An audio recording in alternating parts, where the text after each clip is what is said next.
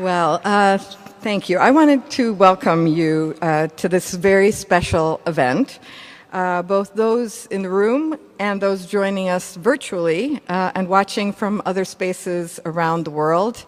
But particularly, I want to welcome the people who are in learner and comfortable seats, so you're very much with us. I'm Laila Abulogod, and I teach anthropology and gender studies here at Columbia and direct the Middle East Institute. Among the many wonderful intellectual communities that I have the privilege of belonging to here, I want to mention the most relevant one for today. I'm a member of the faculty of the Center for Palestine Studies, the only such center based in an American university, dedicated to the academic... Thank you.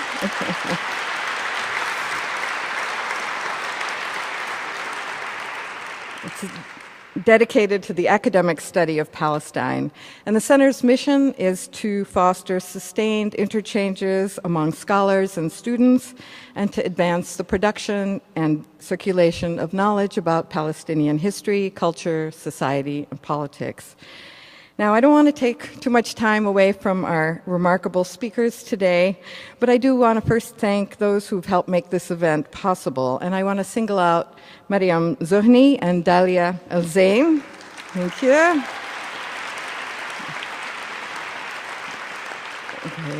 Okay. We have an enthusiastic crowd. It's great. At the Center for Palestine Studies, and Mariam is hopefully watching us in Lebanon. I also want to thank my colleagues, Brinkley Messick and Rashid Khalidi, especially for their special dedication to this event. But we're also grateful to all the staff and volunteers that you've seen around here who've generously offered their time and talents. And it's a tribute to our speakers that so many units enthusiastically joined us as co-sponsors. The Institute for Research in African American Studies, the Institute for Research on Women and Gender, the Middle East Institute, the Center for the Study of Ethnicity and Race, the Hyman Center for the Humanities, the Anthropology Department, the Center for International History, and the Institute for Comparative Literature and Society. Thank you all.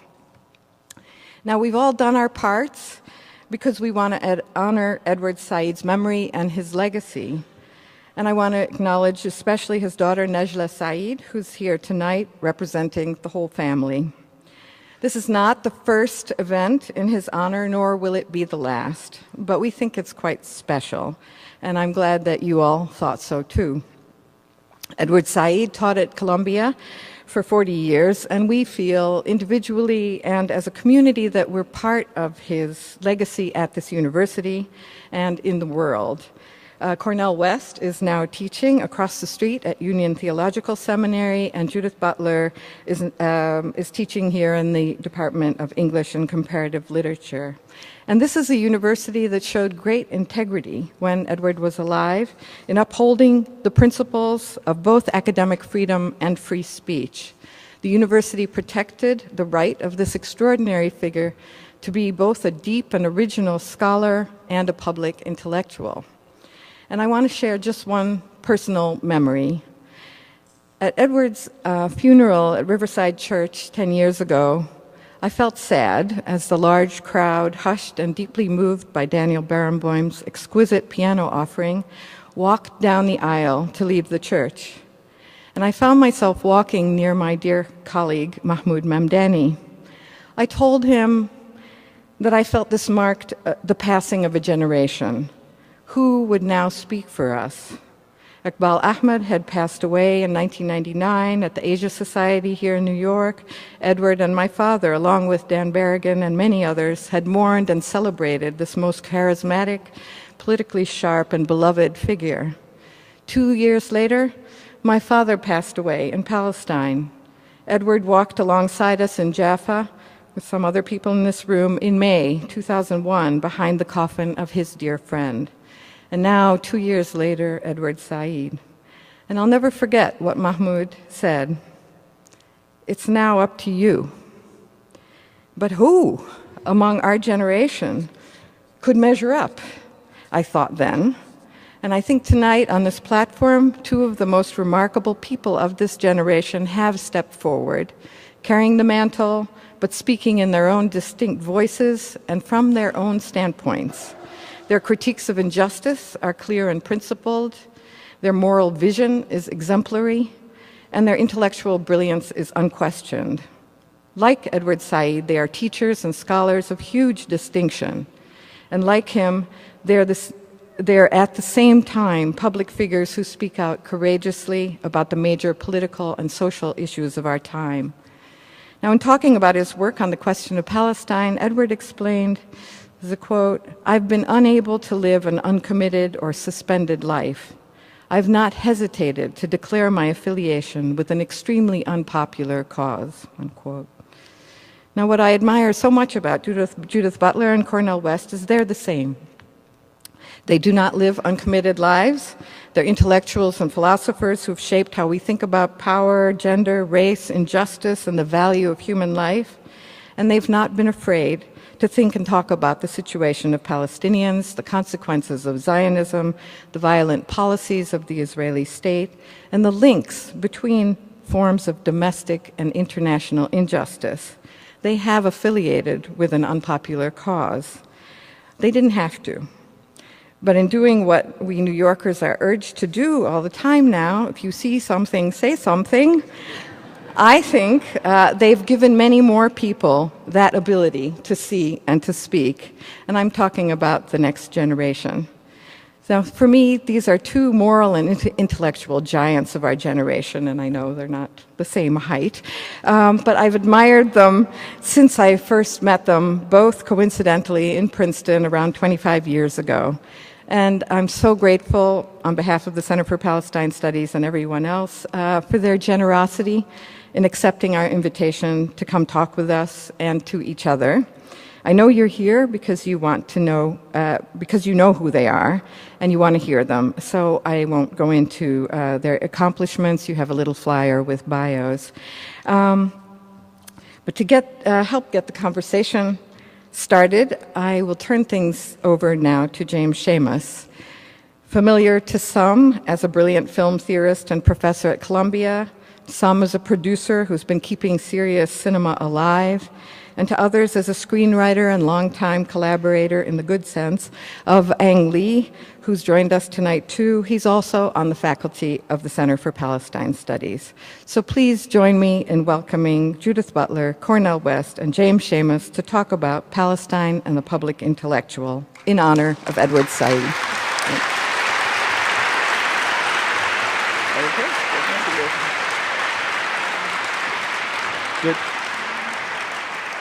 Good evening, and thanks, Lila.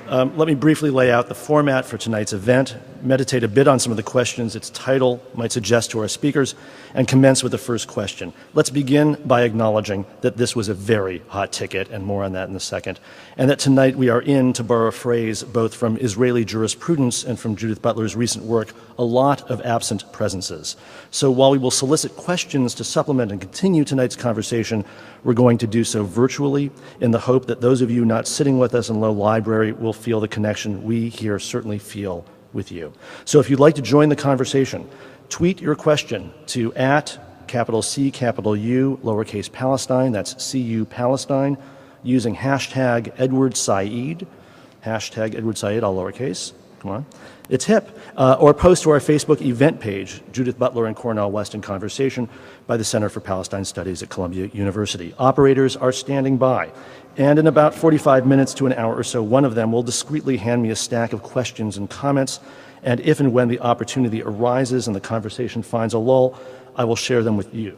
If, however, the conversation feels like it can continue uninterrupted, I'll hold fire and ask all of your forgiveness in advance if we entertain few, if any, questions. So some preliminaries to an initial question prompted by the subtitle of tonight's event, Palestine and the Public Intellectual Honoring Edward Said. I'll briefly break down some of those constituent parts and in preface to the conversation it announces. First, honoring Edward Said. This evening takes place as one of a wonderful number of events commemorating Edward Said, and as such it prompts, if not begs the question, as to the uses and reasons for those commemorations, honorifications, memorializations, and celebrations. A couple of weeks ago in Lerner Hall, Edward Said was remembered. Last week, his memorial lecture was delivered. Tonight, he is honored. It is appropriate under such circumstances to ask whether and how his memory is working and how it should be working. Now, how's it working for us, for you? One use, of course, arises for the simple conjunction of the name Edward Said with the word Palestine. And here I feel the need to try to articulate a specific and particular sense of excitement about tonight's conversation. Let's face facts. Each of tonight's interlocutors alone is, to use the language of celebrity, which raises its own questions but also feels somewhat appropriate tonight, a hot ticket. But together, in conversation, present to each other, this does feel like a moment, an event. And the territory, occupied or otherwise, where they come together tonight is, well, Palestine. Tonight, it feels as though, unlike perhaps in Edward Said's day, it is not the question of Palestine. Rather, it is Palestine that is asking the questions. Indeed, Palestine is demanding answers. The feeling of that feels, if I can put it that way, significant and exciting. Then we have this word public. What is a public, or to ask the question another way, what do publics do, and what might they be doing here tonight? Well, unlike, let's say, proletariats or peoples or communities or masses or plebes, publics seem mainly to have opinions. Or we could say have opinions ascribed to them. But for Edward Said, though, the word public always held out the promise of its Enlightenment origins as the site of public reason, as a place where genuine truths can emerge.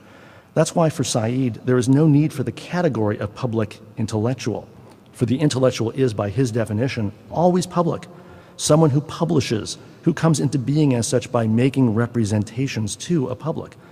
As he writes in his wonderful volume, Representations of the Intellectual, there's no such thing as a private intellectual.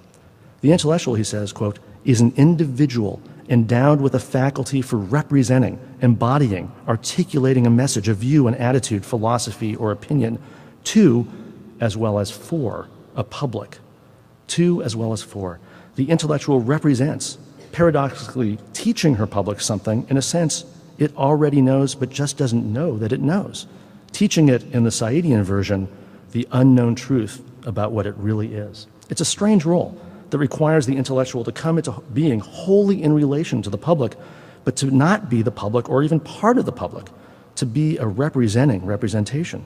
For Said, the intellectual stands outside, and mainly, again, with a nod to his Enlightenment heritage, because, as Said writes, the intellectual speech is always on behalf of universal principles.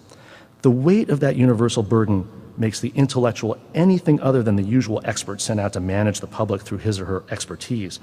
Said's intellectual paradoxically maintains the social prestige and authority of the intellectual class, but is, as he puts it, someone who cannot easily be co-opted by governments or corporations, and whose raison d'etre is to represent all those people and issues that are routinely forgotten or swept under the rug. And here you see another paradoxical dialectical leap in Said's thinking. The public that the intellectual is to represent to the public is actually the abjected, the forgotten, the oppressed. That is to say, outsiders, whose outsiderness is mimicked by the intellectual, but now from a position of authority, if not of power. Heavy burdens to bear, which is no doubt why Said constantly references the intellectual's, well, crankiness. Least of all, he writes, quote, should an intellectual be there to make his or her audiences feel good? The whole point is to be embarrassing, contrary, even unpleasant. It's as if for Said, the repulsion felt by the proper public for those habitually abjected and excluded must, if only as a moment of negative pleasure, be felt also in the presence of the intellectual. I think I speak on behalf of tonight's public when I say how excited I am to be here to listen in on what I know will be, in honor of Edward Said, a truly embarrassing, contrary, and unpleasant conversation. And let's start it by asking, as we've asked about what memorializations do, what publics do, what intellectuals do, and what Palestine does, a simple question you need entertain only by ignoring it. What actually are we doing here tonight? Thanks.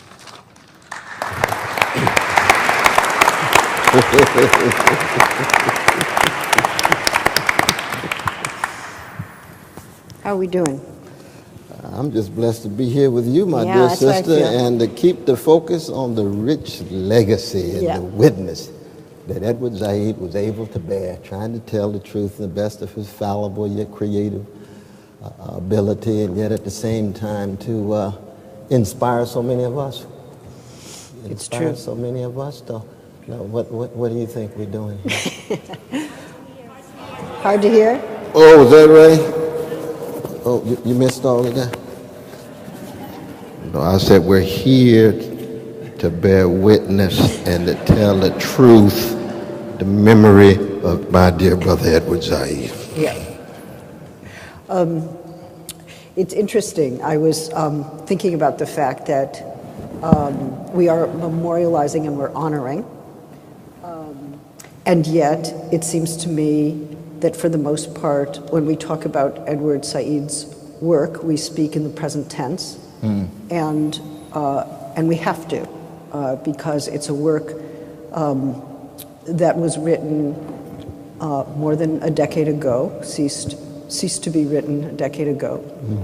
At the same time, it acts on us, and we read it, and it has informed.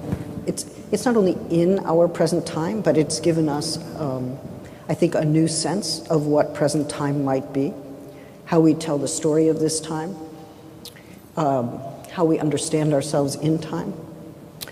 And so to honor him is in part to memorialize him, but perhaps there's a counter-memorializing that happens not by dishonoring him, but by allowing the work to live in the present as we take it up and rethink it for our own time, or for our various times. One thought I have is that there was a point in his work where he insisted that when we look at literature, and especially when we look at representations of Palestine or representations of dispossession or exile, forcible exile, that we have to pay attention to the form. And he said it must be fragmentary, it must be partial. There's no single narrative we can tell, there's no single motif we can tell, and that it must interrupt certain dominant narratives. It must have the power to interrupt certain dominant narratives. And that's interesting because it opens up the question of, if we think about the founding of Israel in 1948 or the incremental forms of settler colonialism that were already in place prior to 1948 that were in some sense the precondition of that founding. How do we tell that story? And how can that story be taught? How is it taught? And of course, one crucial point he made is that the story of that founding rests upon the forcible dispossession and exile of nearly 900,000 people. The number of Palestinian exiles in his time was, he gathered about 4 million, and now it's estimated to be 5. And that includes, of course, subsequent expulsions and dispossessions. But how is it that we tell the story of that founding and also tell the story of the Nakba? Can they be told at the same time? Can they be told together? Are we yet ready to think about the link between that founding and not only the radical dispossession of that time, but a continuing dispossession and a continuing injustice that has not been acknowledged internationally, that has not been addressed adequately, that continues as a traumatic feature of our present? Two questions of time. How do we tell the one story with the other? How do we link them? How do we grasp that link? How do we understand that that's not just something that happened in history, but that it pervades the historical time in which we live? I think that if we begin with the notion of the catastrophic, remember when Edward, at the very end of his life, he said, "I'm the last Jewish intellect." And what he meant by that was that for him, because he's part of a highbrow secular humanist tradition, and which means the legacies of Athens and Jerusalem, for him, one must begin with the catastrophic. It could be the Nakba of Palestinians. It could be slavery in the New World with people of color. It could be homophobic forms. It could be the Holocaust and Shoah. And it's very rare in the academy that the catastrophic is really dealt with in any rigorous way. So Edward comes along and says, well, I am a secular humanist. Like Hayden White, like Eric Albach, I am a student of Vico. And Vico was about what? Robust voluntarism, militant will in the face of what? Chaos, which is very interesting. You know, in Edward's dissertation, he wrote at Harvard under Harry Levin, he actually, the major influence is Schopenhauer. People forget about that in Edward's early work. He and I used to talk about that all the time. I was blessed in 1977 when I first arrived here. I went straight to Edward's lectures, and he was lecturing on Lukács, Goleman, Raymond Williams, Mere Old Marxism, literature, and so forth. And we would steal away and have drinks and things, and talk about Schopenhauer, because I'm very much Schopenhauer. And you know, Arthur Danto taught a course on Schopenhauer. We just lost Brother Arthur Danto. Yes, we did. Never forget his name in so many ways. But it was very important because Schopenhauer was dealing with human existence as catastrophic. You see? Now, what happens when you historicize and contextualize the catastrophic? Structures of domination, forms of oppression, and, following Vico, agency, will. Not just what you're going to do about it, how do you understand about it? How do you understand it? So Edward was a rational humanist. He'd always talk about the 1936 essay by Baccalaureate, which was about sur-rationalism. He said, I'm a sur-rationalist. What is a sur-rationalist? It's a rationalist who grounds it in passion, and your quest for rationality takes the form of turbulence, of transgression, of subversion. So he's a rational humanist in that sense, and therefore when it came to Palestine, this is another beginning of catastrophe with dispossession, with dislocation, with expatriation, and then occupation, then colonialization, and then resistance, even as all of those are rendered invisible in mainstream academic discourse. Not all the mainstream. We got Brother Rashid right here in his wonderful work. And that recent text, Brokers of Deceit, everybody got to read that now, because that's telling the same kind of truth Edwards was talking about. How do you talk about the catastrophic and talk about the colonization, talk about the dispossession, talk about the occupation in such a way that you remain a humanist, which is to say, you would talk critically about that, be it of any occupation. See, if there were a Palestinian occupation of Jews, Brother Edward Said would be the first one in line critical of the Palestinian occupation. That's the kind of brother he was. My kind of brother. He has a moral consistency about it. He has a concern or refuses the two distinctive features of this declining American empire, which is callousness to catastrophe, especially when it comes to poor and working people, and indifference to criminality. Indifference to crimes against humanity. He understood the Palestinian predicament starting in 1948 as a crime against humanity. He's absolutely right about that. And we don't want to come to terms with it, and to the degree to which we don't come to terms with it, it will haunt us in a serious way. But of course, he would never focus solely on that catastrophe, because he talked about different crimes against humanity. A variety of different crimes. It could be the new Jim Crow right now in the American empire. That's a crime against humanity. We've lost two generations of young black and brown youth almost across the board. That's a crime against humanity. It will come back and haunt America in a variety of different ways. But Edward said, no, I'm in the academy, Princeton undergrad, Harvard grad, R.P. Blackmere, Arthur Zasmary at Princeton. Students go read his senior thesis on Joseph Conrad and Graham Greene. Then read the dissertation on Joseph Conrad in the fiction of autobiography, his first book that he wrote under Harry Levine, one of the founders of Complit, a Jewish brother from Nebraska. Then he comes to Columbia, and here's Lionel Trilling and the others waiting to greet him and treating him very nicely, embracing, empowering in that way. And then he turns this intellectual powerhouse that he was in his skills to the catastrophe beginning in 48, and we begin to tell that story. So the question of who is Edward Said? America's leading public intellectual in the latter part of the 20th century. Who is Edward Said? highbrow secular humanist. Who is Edward Said? Courageous visionary. What were the limitations of Edward Said? Oh, we got a lot to talk about there too. American popular culture, not too sympathetic. He's wrong. Religion, not as religiously musical as he could have been. He's wrong. So, I mean, and that would be the first one, because we talked about this all the time. He loves that kind of critical engagement. But he had his own blind spots, and he understood, following Paul DeMond, that you can't have broad scope of insight without having blindness inscribed within the framework that allows you to see that there's an interplay between blindness and insight. That's true for all of us. You can imagine what they'll say about the most philosophically sophisticated social theorists of our day, Judith Butler, what they'll talk about, the insights and whatever blindnesses Sister Judith had too. Yeah. I mean, we're not here to talk about that, but No. I'm just saying, No, I'm sure I'm about to enact them, so No. that'll be okay. But so let's talk for a moment about secular humanist. You know, I didn't know Edward, and I thought back on why it is I did not know him. You'd have a wonderful conversation. Maybe so, maybe not.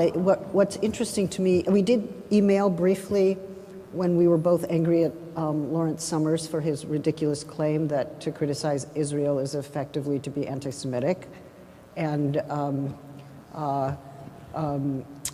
so we had a little virtual solidarity at that moment, but it was not very far before he died. But I was thinking that at the time, say in the 90s especially, you know, there were people who were humanists, and then there were post-structuralists, or there were people who were secularists, and then there are the rest of us who didn't really know, or maybe had some questions about that term.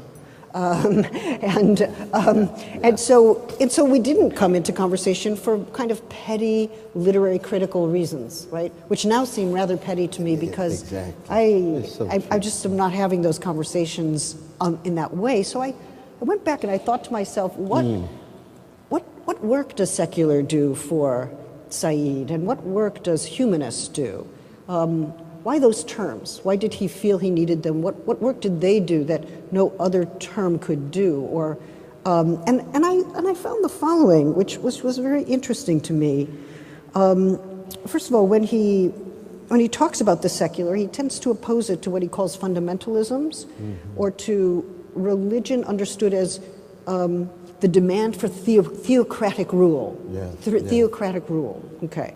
Well, okay. I understand that. He opposed secular nationalists, interestingly. So secular must have a critical relationship to nationalism, right? I'm starting to understand a little bit about what it does. But what it seems to do more often than not is to name possibilities of connection or translation among exiled peoples, right? He wanted to hold out for that. And he made the claim, I think it was indirectly a claim about Jews in relation to Israel, but it has a more general applicability, that when we, any of us, represent our oppression, our dispossession, our forcible exile, the slaughters committed against us, that we have to not only make that representation clear, but also turn it around and ask for whom else is that happening? Has that happened?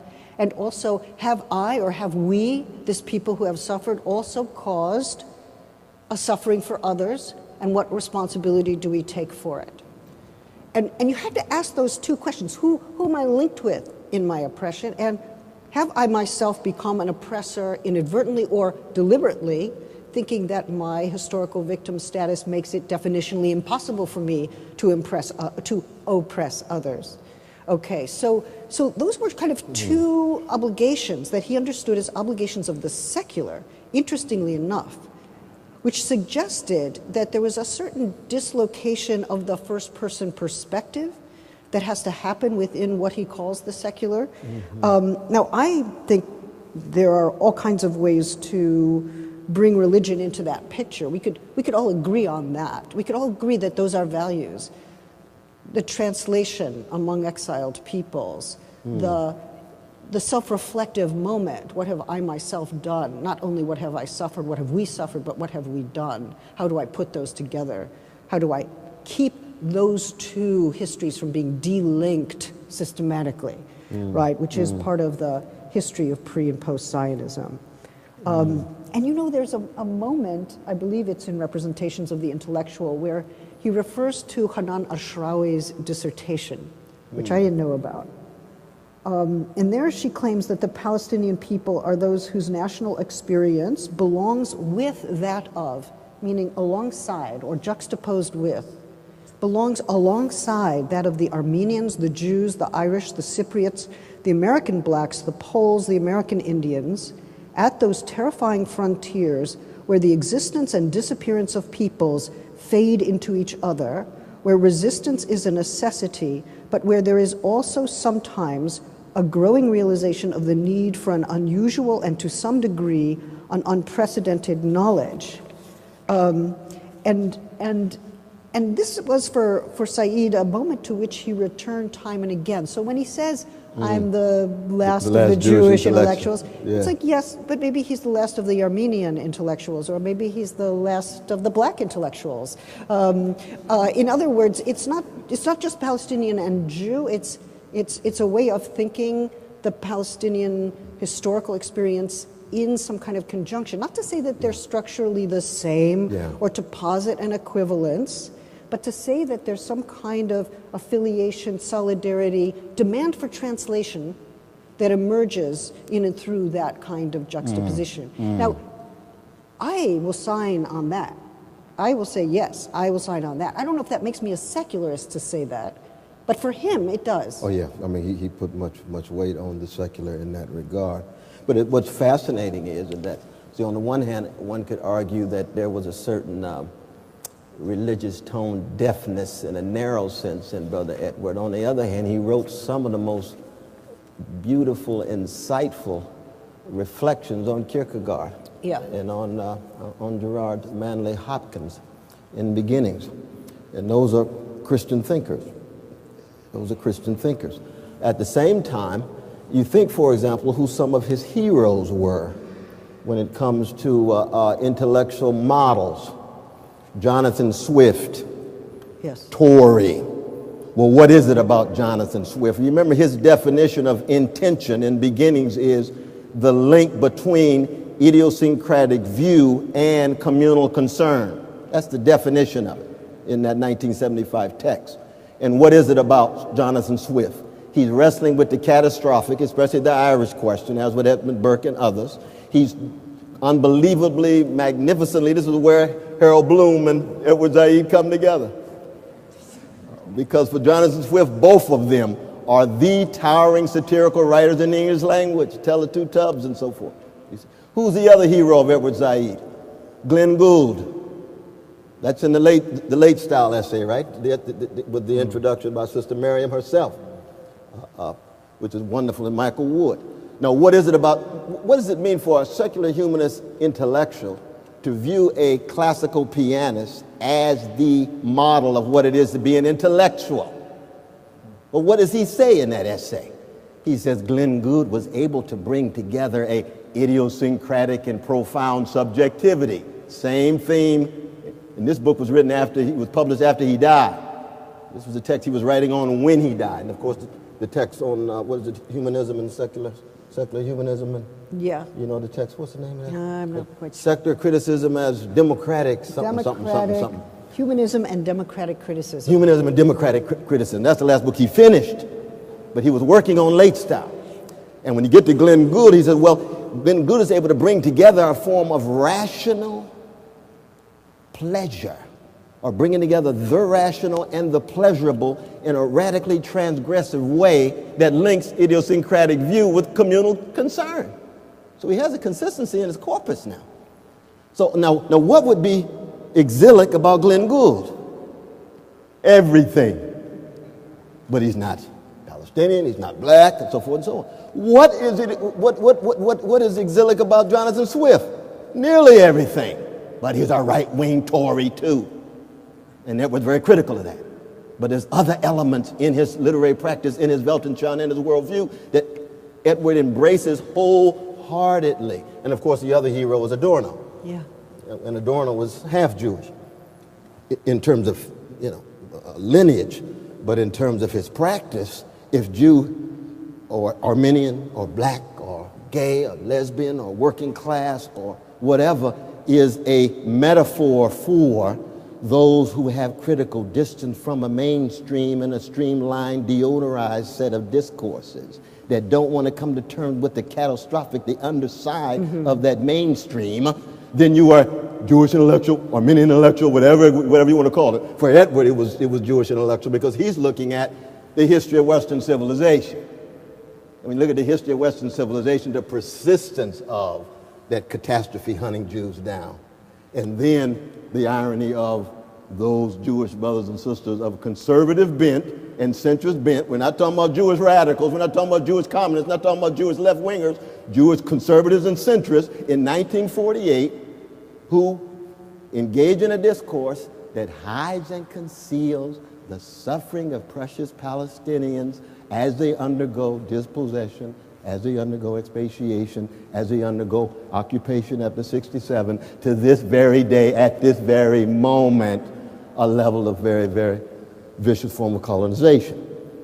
And for Edward, for him, it's a kind of seamless web with all of the dissonance and all of the contradictions shot through in terms of his own self-understanding in this regard. He talks about C.L.R. James, he talks about James Baldwin, he talks about Malcolm X in this text. And he puts C.L.R. James and Adorno together. Absolutely, Yeah. yes he does. Yes he does. But I guess I would just add that it's also the liberal Zionist Jewish community which Yes. keeps that that's true. that keeps that narrative in place. So it's not just conservative and right. Well, for me, liberals are centrists these days. Okay, Yeah. liberals are centrist. I mean- but also, interestingly enough, some of the writings that supported the kibbutz movement also were solidly within settler colonialism. No, that's true. You know, That's Gabriel true. Peterberg, I think, lays that out in a pretty convincing way.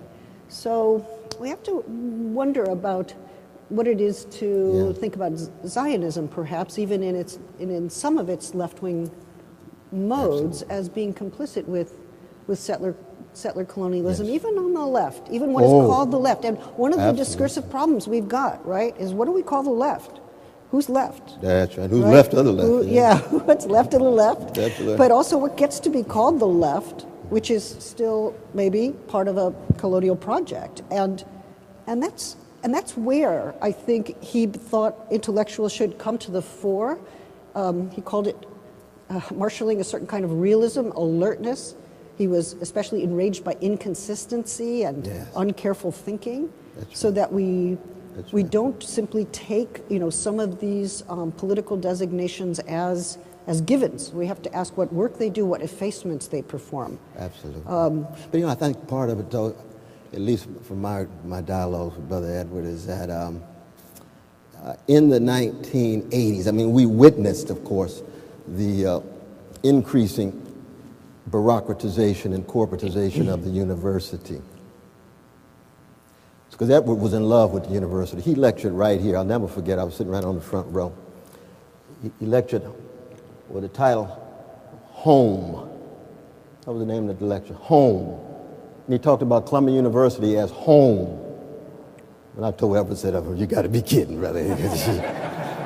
But he says right in this text too, as you know, the university is the most utopian space in our society. Now, I don't agree with that. I think the Apollo on Wednesday night actually is. But Edward was invested in the university. Even as exilic as he was in his thinking, he loved the university context. And he saw the university undergoing commodification, bureaucratization, where critical engagement was pushed to the margins as big money more and more shaped the destiny and the agenda and the paradigms of the university. He's absolutely right about that 20 years later. And therefore liberalism more and more was not captive, but it was disproportionately shaped by a careerism in which hypocrisy and cowardliness Because a lot of the liberal Zionists, brothers and sisters, would call Edward and say, oh, you know, we agree what you're talking about. We just can't say that in public. I know. Why? Because they were scared. Because their careers were at stake. Because they didn't want to go against their friends. Because it made their Thanksgiving dinners uncomfortable. If they told the truth. Tony Jordan went through the same thing at a much lower level than Edward Said. Said, of course, had, the military folk here at his office. The security at his office. We remember that, Sister Naja, right? Anytime you go see the brother, you got to go through security check. Death threats and so forth. And we know about the 285 FBI file on his, keeping track of him every minute, going back to 1971 with Ibrahim, the great Ibrahim, one of the greatest Palestinian towering figures. His file even bigger. Sister Janet too, your beloved mother. So that the liberal Zionists didn't want to undergo that kind of risk either. It was just too much. Oh my God, if we're going to tell the truth, we have to really pay a cost. You don't say. You got to bear a burden. You don't say.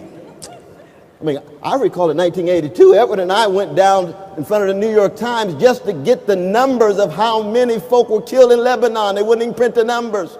Then we had to march again just to use the word occupation in the newspaper. Then they didn't want to call it a wall. They called it divide. Deodorized discourse. They're afraid, they're intimidated. Edward Said followed Parasia, that line 24a in Plato's Apology. It's free, it's frank speech. It's that, what is Foucault's definition? Fearless speech. Fearless speech. Yeah. Unintimidated speech. That's the cause of my unpopularity. That's what Socrates said. Edward said, yes, that's part of my tradition too. I got some plain speech about this catastrophe of Palestinians linked to not just the U.S. empire, but linked to the cowardliness of autocratic Arab countries who were tied to big oil interests. It's not just the pro-Israeli lobby in a conservative sense. It's the big oil dictation that allows for the Arab complacency and subservience, even as they talk about their concern with the Palestinians. Brother Rashid lays this out, and he just lays it out clearly. It's the truth. I tried to lay it out in Democracy Matters in 2004. They call me an anti-Semite all the time. I said, you know what? Doesn't bother me. I'll tell the truth. You get marginalized? Tell the truth. Said, professor of terror, that's what Commentary Magazine said, right? He's a professor of terror for throwing one rock. But Israeli Defense Forces never called terroristic, ever, by the mainstream newspapers, right? You can kill 434 Palestinian children within weeks, which happened in January 2009. Kill 1,400, right, when Obama was coming into office. What do you have to say, Mr. Obama? No comment. Nothing. What do you mean, no comment? Those children are just as precious as those precious Jewish children in Tel Aviv who are being killed. What are you talking about, no comment? Said's legacy makes all of us uncomfortable, deeply so, even as we come back exercising our agency. Because, again, as I said, we have our criticisms of Brother Edward. We wouldn't ever want to highlight him in such a way that he becomes somehow some grand deity at the head of a pantheon. That's not the Brother Edward I knew. No, not at all. He was wrong on jazz and a lot of other things.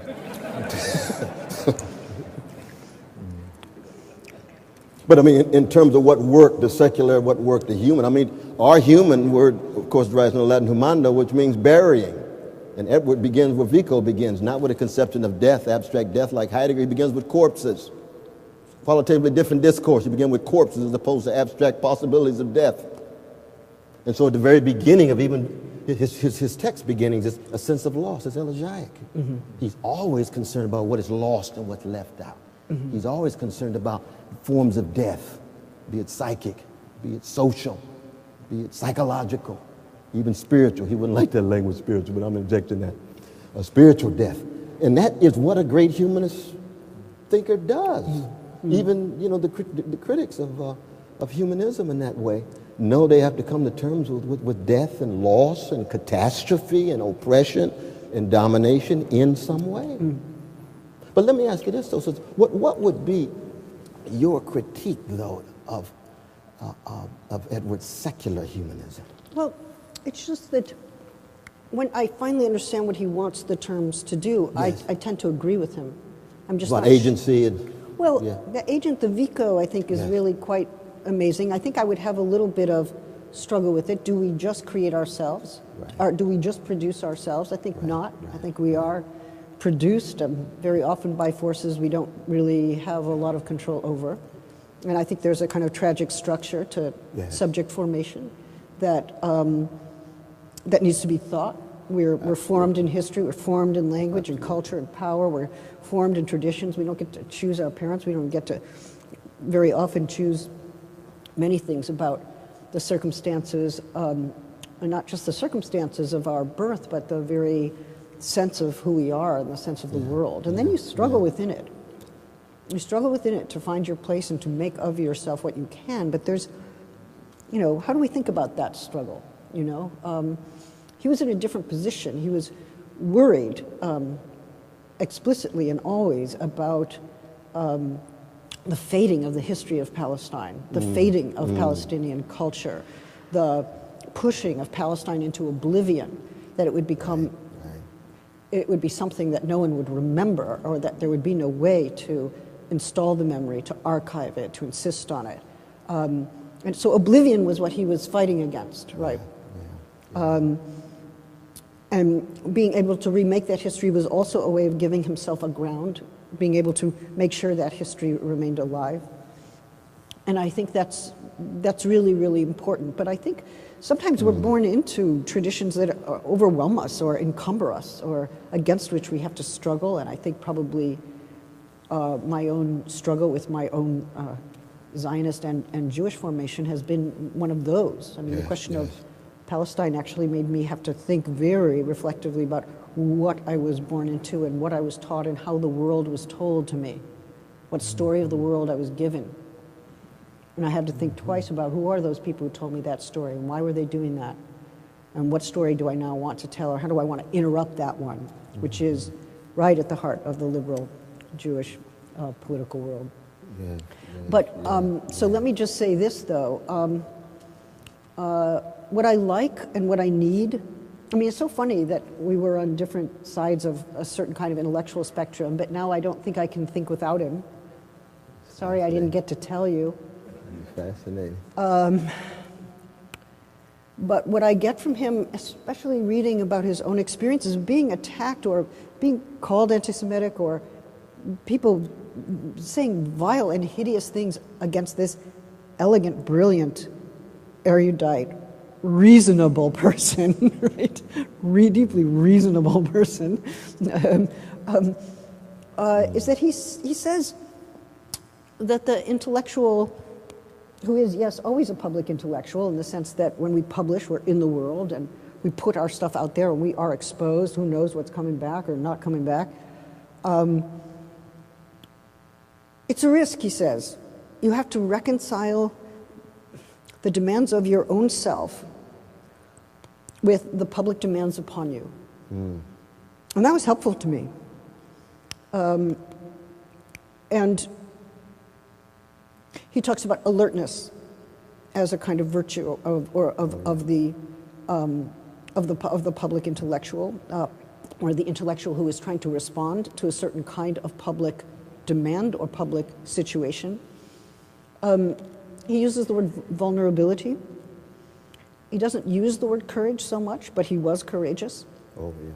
And Absolutely. whatever that struggle was, to continue to speak out and to say what he had to say, even though he was being viciously attacked and people were trying to demean him, just as we know, Palestinian professors here at Columbia who try to do scholarship on Palestine have also been shamelessly attacked. How does one emerge from the attack? How does one fend it off? I mean, you said you don't care that people called you anti-Semitic. Well, I don't know. I bet you cared a little.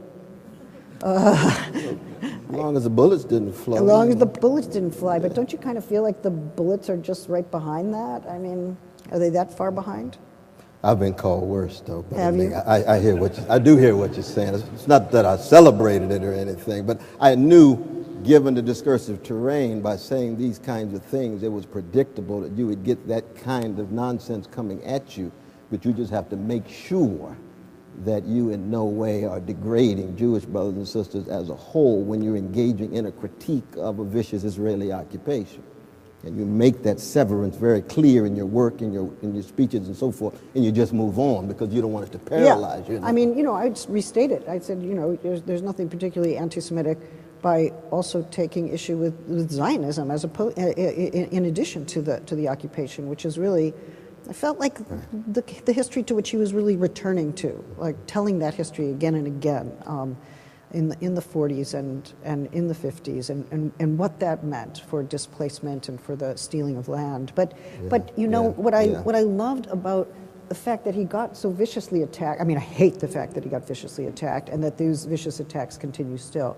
But what I appreciate is that he seemed to get calmer and more rational. Right? He just went back. He said, okay, let's take the argument apart. Let's move carefully. Let's be more careful. Let's be more precise.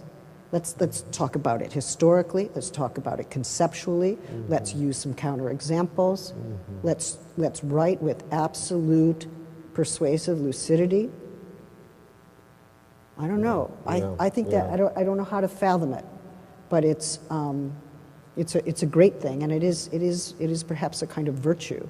I don't think we can mime it or follow it. I mean, it was his, but we have to kind of ask that question of ourselves: how do we take those risks and not become a purveyor of deodorized discourse, not become a kind of pure professional who cares only about professional standing, or who won't risk one's reputation by speaking what one knows to be true and unjust.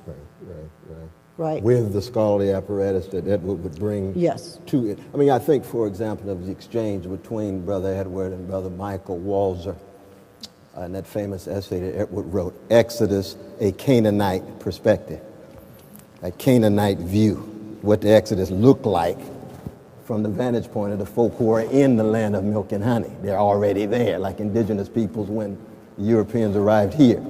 And then they were wonderful exchanges. And it was right down here in New York at the New Yorker Hotel, right near Madison Square Garden, 'cause I remember I saw Blue Magic that night before.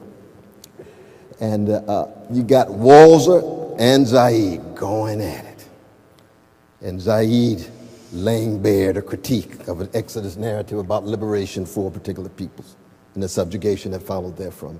And then Walzer saying, well, no, Edward, you are enchanted by a romance with the isolated intellectual who valorizes transgression that ends up with the attention more on the isolated intellectual than on the collective insurgency of the people you're speaking on behalf of.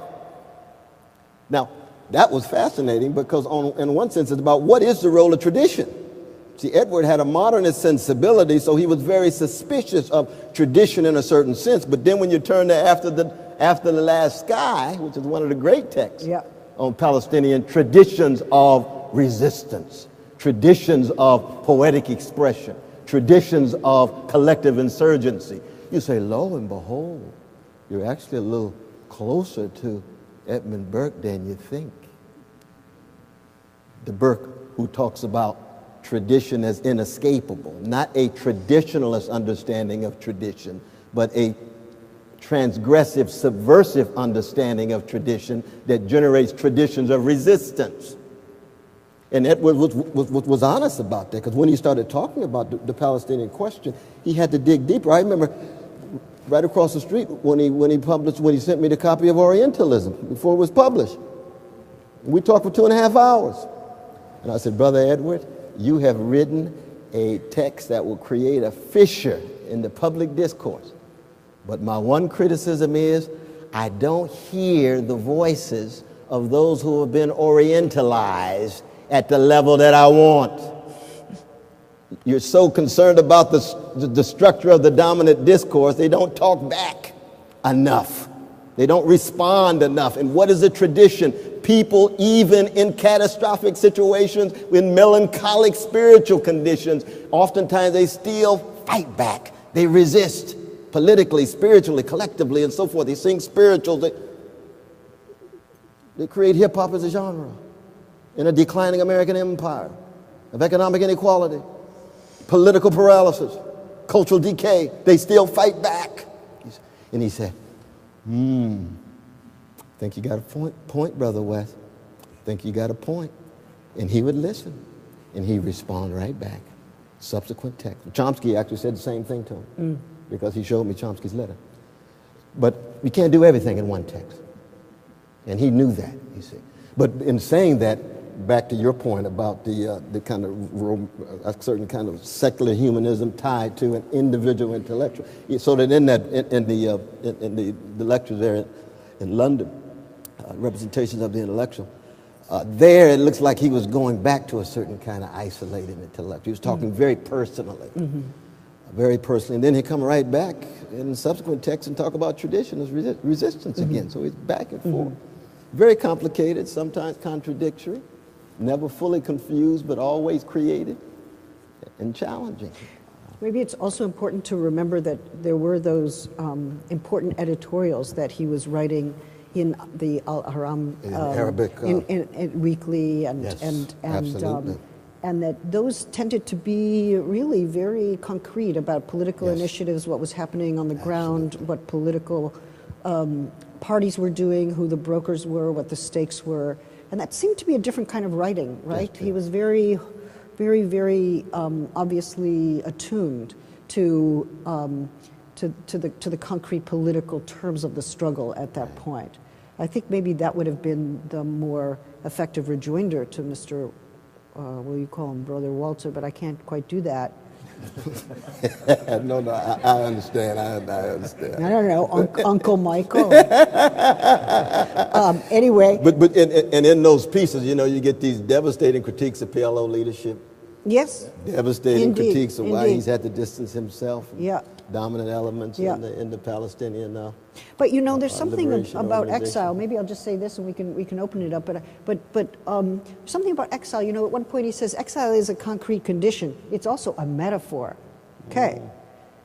In other words, it is this particular people dispossessed. But first of all, we have to ask the question: does exile? Does it talk about?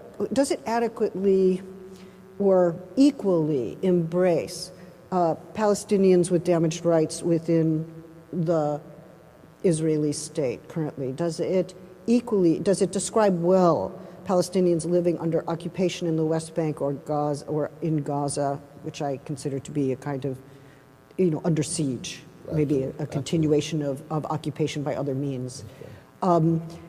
Does it, do those communities, or those and then those who are intellectuals in New York, is it the same as being in a refugee camp in the south of Lebanon? Or, and I just think maybe, I'm not sure exile can do all that work. I'm not sure it can do all that work well.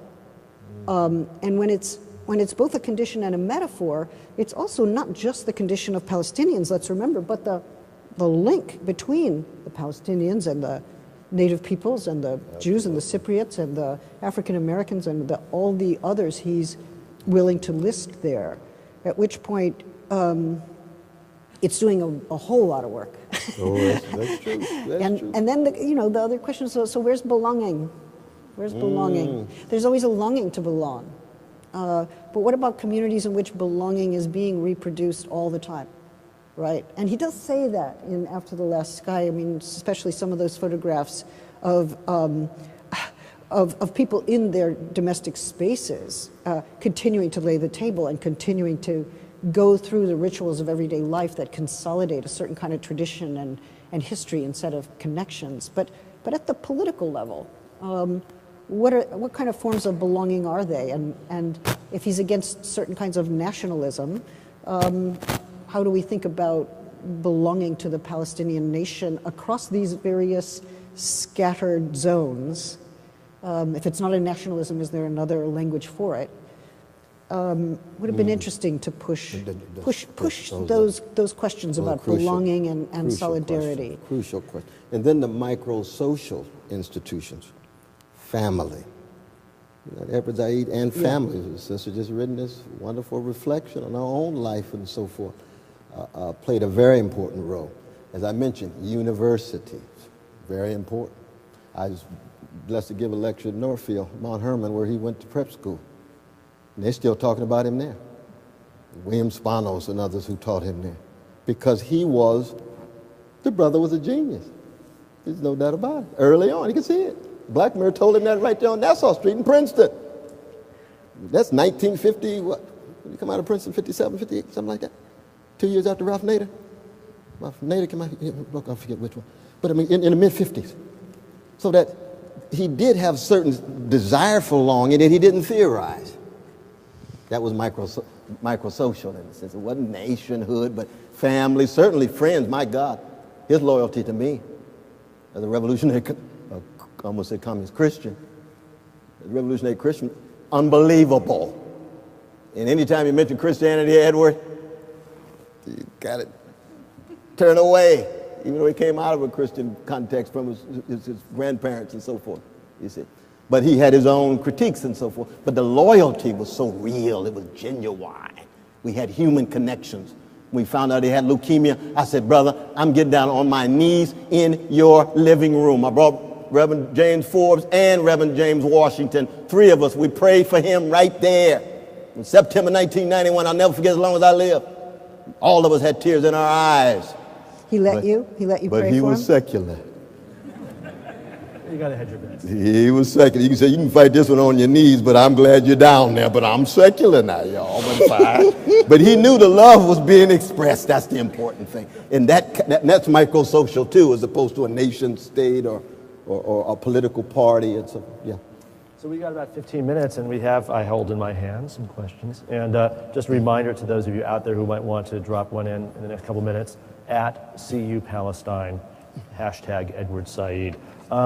A question maybe to shift into the present, because it's been a remarkable journey and time spent. As you said, we speak of him in the present tense, but it's inevitable that we've been looking backwards too. There's a question that says, can you address how to translate this debate into action? Should we be concerned, or how should we be concerned with activism? Mm-hmm. Well, there's one point in Edward's writings when he says that he gives lectures sometimes, and then people stand up at the end and they say, what should we do? And he writes, I refuse to answer that question, because he didn't think it was the proper purview of the intellectual. He understood the intellectual to be causing discomfort, trying to point out inconsistencies, trying to produce different frameworks, checking the facts, making the arguments, elucidating it. So I think that what he didn't like was the idea that an intellectual should be in the place of the ruler. And he says this, and he worries about how the discourse of rule has saturated the intellectual, right? So if we sit up here and go, okay, everybody, here are the 5 things we need you to do, right? And then send you on your way. What kind of position are we in at that moment? I mean, I have obviously several, we both have clear political commitments that one could track. But I think one has to sort of, respectfully resist the question. I'm going to get in trouble for that, aren't I? No, I can see it now. Yes, even I'm feeling impatient at that, yeah. You know what, let me just say this, because there's a very important footnote in Brother Rashid's text where he talks about on page 620 of the 2nd volume of Henry Kissinger's memoir. He says, America has functioned as Israel's lawyer. Israel's lawyer. That means that as American citizens, in our name, the American government has functioned in such a way that it has not just hidden and concealed the suffering, but helped reproduce it in more intense ways. And as American citizens who are concerned about truth, and Adorno used to say, the condition of truth is to allow suffering to speak. Everybody's suffering, anybody's suffering. We have a fundamental role to tell the truth about the role of America as the kind of broker of deceit that it has been. That's contrary to what happened in March 1945 when Franklin Delano Roosevelt told the head of Saudi Arabian Empire, we will not proceed unless we check with you, and we'll do nothing hostile to Arabs. That's March 1945 on the way from Yalta. And every president has violated that statement in a letter to the repressive, autocratic, regimenting Saudi Arabian regime. Every one. So it's a matter of trying to get that truth out, honestly, in organized ways, supporting the young people. And a lot of this will be, a crucial role will be played by the young Jewish brothers and sisters who are willing to tell the truth vis-a-vis your mamas and your daddies. That you refuse to live in an empire, in a democratic experiment that does not treat other human beings with dignity and decency in our name. That's true for the Philippines, it's true for Guatemala, it's true for the West Bank, it's true for Ethiopia too, it's also true for China. But we're talking about Palestine tonight. So in that sense, Edward was saying, I'm not going to tell you one thing to do, I agree. I'm not going to tell you two things to do, I agree. Understand what is happening and what is being done in your name. And your refusal to allow it to happen to the best of your ability, whatever form it takes. As a filmmaker, as a poet, as an artist, as a professor, as a chauffeur, as a sanitation worker, whatever it is, whatever form. I guess I would just add one thing here, which is that, I mean, it's interesting that we are two non-Palestinians up here who are addressing the issue of the public intellectual, but we have to make sure that the absence of the Palestinian is not a condition of legitimacy, right? So the real question for me is, what are we hearing from Palestine? What are people in Palestine asking us to do? Is there a call to us? Is there a request? Are there ways of making solidarity with, say, the prisoner solidarity movement? I mean, I noticed that there was a solidarity between prisoners in Palestine and Pelican Bay. Absolutely. That was a moving, interesting solidarity. It's actually one that was initiated by the Palestinian prisoner organizations. What's the boycott, divestment, and sanctions movement asking us to do? What are they telling us about how our institutions are complicit with the reproduction of the occupation or the sanitization of Zionism more generally? How do we respond to that call? Those are two huge, widespread civil movements in Palestine, and they do ask for certain kinds of solidarity, and they do help us orient ourselves, since we don't want to be over here deciding what's the best thing to do for Palestine, right? Then we're technocratic intellectuals who are divorced from a democratic struggle, from a struggle for self-determination, right? From the outside, if you're going to decide what Palestine should do, then you're undercutting self-determination, and Palestine hasn't yet had self-determination. You know, that's the least we can do is hear, read what it is that is being asked of us, and make judgments about it. Surely, you know, we don't just like, oh, okay, anything. No, we make judgments about what we can do, how we can respond, what's the ethical and political call, and how does it resonate with me, and what can I do from within my position or from within my institution, within my religious institution, within my my family. And although I'm extremely pleased and honored to be with James, part of Jewish Voice for Peace, which I think has effectively made extraordinary solidaristic links with Palestinian grassroots organizations, especially the boycott, divestment, and sanctions movement. I think we have to make sure it doesn't just stay Jews and Palestinians. Because the solidarities that Edward envisioned were solidarities among colonized people and among the forcibly exiled, and so it's a broader kind of coalition, right? We can't just stay in that dyadic frame. Absolutely.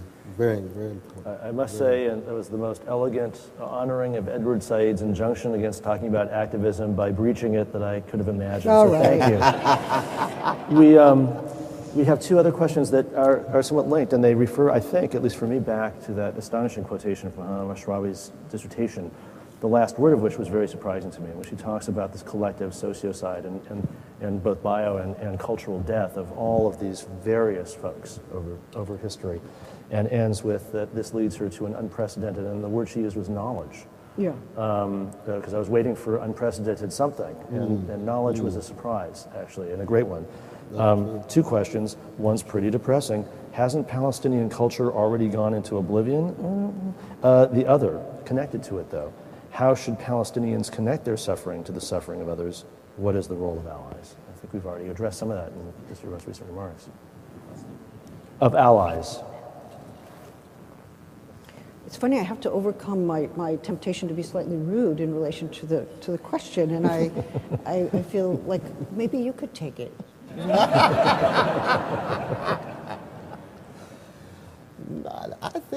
I think rudeness has a role in a I know place. it does. No, Okay, no. I'll get there. No, you're excellent. No, I mean, look. I mean, first of all, what we mean by Palestinian culture, I mean, it certainly is, if you go to Palestine, it is not a place of oblivion. It is an active, interesting place where people are arguing with each other a lot and making excellent food and doing many other things in life. So, are we talking about in the mainstream media? Has it perhaps become lost, or has it gone the way of oblivion? Maybe, but then we have to shift the frame, right? I mean, and that's one of the things Edward was asking us to do, shift the frame. Like something is radically absent in the dominant media, but where is it present? And what are the alternate medias that are making it present and which are producing a kind of counter-hegemonic resistance?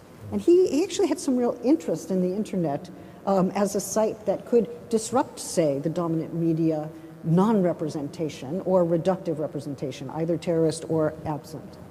And I think, so I guess that's one thing. The other point is that I think there are different forms of global solidarity. Some of them are focused on international law and its abrogations, and others are about resistance movements or allies among colonized people. I've noted as well that there's some really interesting connections between first world peoples and Palestinians on the question of indigeneity, how to think about self-rule, how to make the claim for self-rule, how not to replicate certain forms of state sovereignty people don't seem to like, but still honor ideas of political self-determination or self-rule. Those are live questions. Those are intense, important questions, and one can't think them alone. One can't think them alone. In this one moment where he's talking about Adorno, he says it's not possible. He's citing Adorno to the effect that no one can have a cogent thought without that thought being thought elsewhere. In other words, it has to be thought somewhere else in order for it to be cogent here. It can't just be my private thought. It has to be something someone else can think or has thought, or something I can think with others, which means not just within this framework, but in a comparative framework. And he was a comparative literature professor, right? And he made the case for comparative diasporas. And I think we could, on the basis of his work, also make a case for comparative genocide, which doesn't mean all genocides are the same, but it does mean that we have to develop those kinds of frameworks that are not just about thinking how these catastrophes happen in different times and spaces, but what kinds of alliances they foster, and even eventually or implicitly what kind of political solidarity that might lead to. But let me just say a quick word about this question, though, because the question for me is about memory, and it's about visibility. We live in a neoliberal capitalist society that's obsessed with three processes: financializing, privatizing, and militarizing. Highly financialized economy. 42% of the profits go to big banks. 30 years ago, they went to corporations. Privatizing, education, prisons, right across the board. Militarizing, imperial tentacles, drones, U.S. drones dropped on innocent people, AFRICOM, we can go on and on and on, you see. In such a context, there's a relative erasure of memory and a marginalizing of certain kind of visibility. So you take the Palestinian catastrophe, and the memory of it within an American regime of financializing, privatizing, and militarizing. You hardly hear any talk about it. The head of the American empire can go to the United Nations and give a whole speech and not say one mumbling word about Palestinian brothers and sisters. And he's got the world looking at him, billions and billions. He goes to the White House, doesn't say a mumbling word about it vis-a-vis the head of the Israeli regime. And that's what you get on Fox News, MSNBC, the right-wing version and the neoliberal wing version, so narrow, so truncated, so often vacuous that memory drops out, visibility drops out. People wonder, well, are the Palestinians, are they still there in Gaza? Well, you don't say. What are they doing in Gaza? Well, they got a lot of creativity going on, as you rightly say. But how are people getting access to it other than social media, which is also privatized in its own way? But privatization can be used against privatization. We know that. We can be dialectical about it in that way. But the dominant orientation, the dominant gaze, to use that language, is within a neoliberal capitalist regime that makes it difficult for. That's why we don't hear any talk about memory of the million Filipinos who were killed by U.S. imperial forces in the 1890s. Anybody made a film about that? Anybody got discourse about that? No, it's probably half. I tried. I know I did try. You and Brother Ang do wonderful stuff. You and Brother Ang do wonderful. But all I'm saying is that it's so selective, given the ideological criteria in light of the larger structure, even though the choices that we make still make a difference. I mean, I'm with Edward on this. Agency still makes a difference. All right, so I'm just going to add to that one thing, which is that neoliberalism has certainly arrived in Palestine in the sense that all those neoliberal metrics have entered into the non-governmental organizations who are helping to keep universities alive, who are helping to establish irrigation, who are working throughout the infrastructure, right? So one of the things that happens is that the infrastructure, of course, gets bombed or destroyed, and then the NGOs come in with their neoliberal metrics and rebuild it, and it's a cycle, right? And one of the problems with it is that you don't actually think about, well, what is it that is actually undermining the infrastructural conditions of Palestine systematically? What are those policies, and how has the Israeli state imposed them? And then if we're only trying to ameliorate the effects through a certain and we can measure them according to neoliberal metrics, like people are functioning better, or they're able to get to whatever their work site is if they have a work site, or whatever that is, we're actually producing a kind of rationality that is complicit with the occupation, even though it's trying to ameliorate its effects. So neoliberalism has definitely arrived. And it seems to me also to undercut these basic questions of self-determination, which I keep coming back to. What would it be to build those institutions in ways that the Palestinian people would like, and to have them sustainable on the basis of that population's desires? So we're wrapping up. Okay, sorry. This is your last chance to be embarrassing, contrary, or I've done rude. my bit. Oh, yeah. But if there's any, just 1 minute, really, it's 8:30. If there's a final thought you'd like to share with us tonight before we leave. I just want to say I'm really thrilled to be here with Cornel West. He's one of my favorite interlocutors, and when I say one of them, I mean actually that the conversation with him is like no other in the world, and I treasure it every time. I treasure it every time, and I'm just as happy as I could possibly be. No, right back at my dear sister. One last word, though. One last word. Okay. That when you think of the towering public intellectuals, the term I don't like, I like the term democratic intellectual, but the towering public intellectuals in the American empire, the 20th century, John Dewey, Columbia, W.B. Du Bois, first part of 20th century, you see, Edward Wilson, and then we can add some others. Then here comes Edward. He is committed to a notion of the public. And there are some contenders, James Baldwin and Susan Sontag and some others. But Edward is committed to the public, but he arrives at a time when the neoliberal regime, which is in the early 70s, is becoming more popular and becomes hegemonic by the late 80s, by the mid-late 80s. even under conservative auspices of Reagan, it's still neoliberal in terms of it being capitalist tied to those three tendencies. So he has to cut even more radically against the grain. When Du Bois invokes public and Dewey invokes public, people have a memory in the sense of the public. The New Deal was real. That Roosevelt did commit class suicide against his well-to-do Hyde Park friends. But by the time you get to the 80s, the notions of the public become more and more elusive, farther removed from memory. So he has to be even more heroic. And then he's Palestinian. Oh my God. I mean, the notion that the greatest public intellectual in American empire in the latter part of the 20th century would be a Palestinian? Just think about that. But it's true. It is true. But as a Palestinian, he's just not every Palestinian. He's somebody who is as highbrow, sophisticated, refined, creative, also has his limitations. But he's courageous, open-minded, self-critical, and willing to bear witness in such a way that 10 years later, we could come to the same spot that he lectured and wrestled with for 40 years and still be on fire like he was, because he was always on fire. I love that about Brother Edward.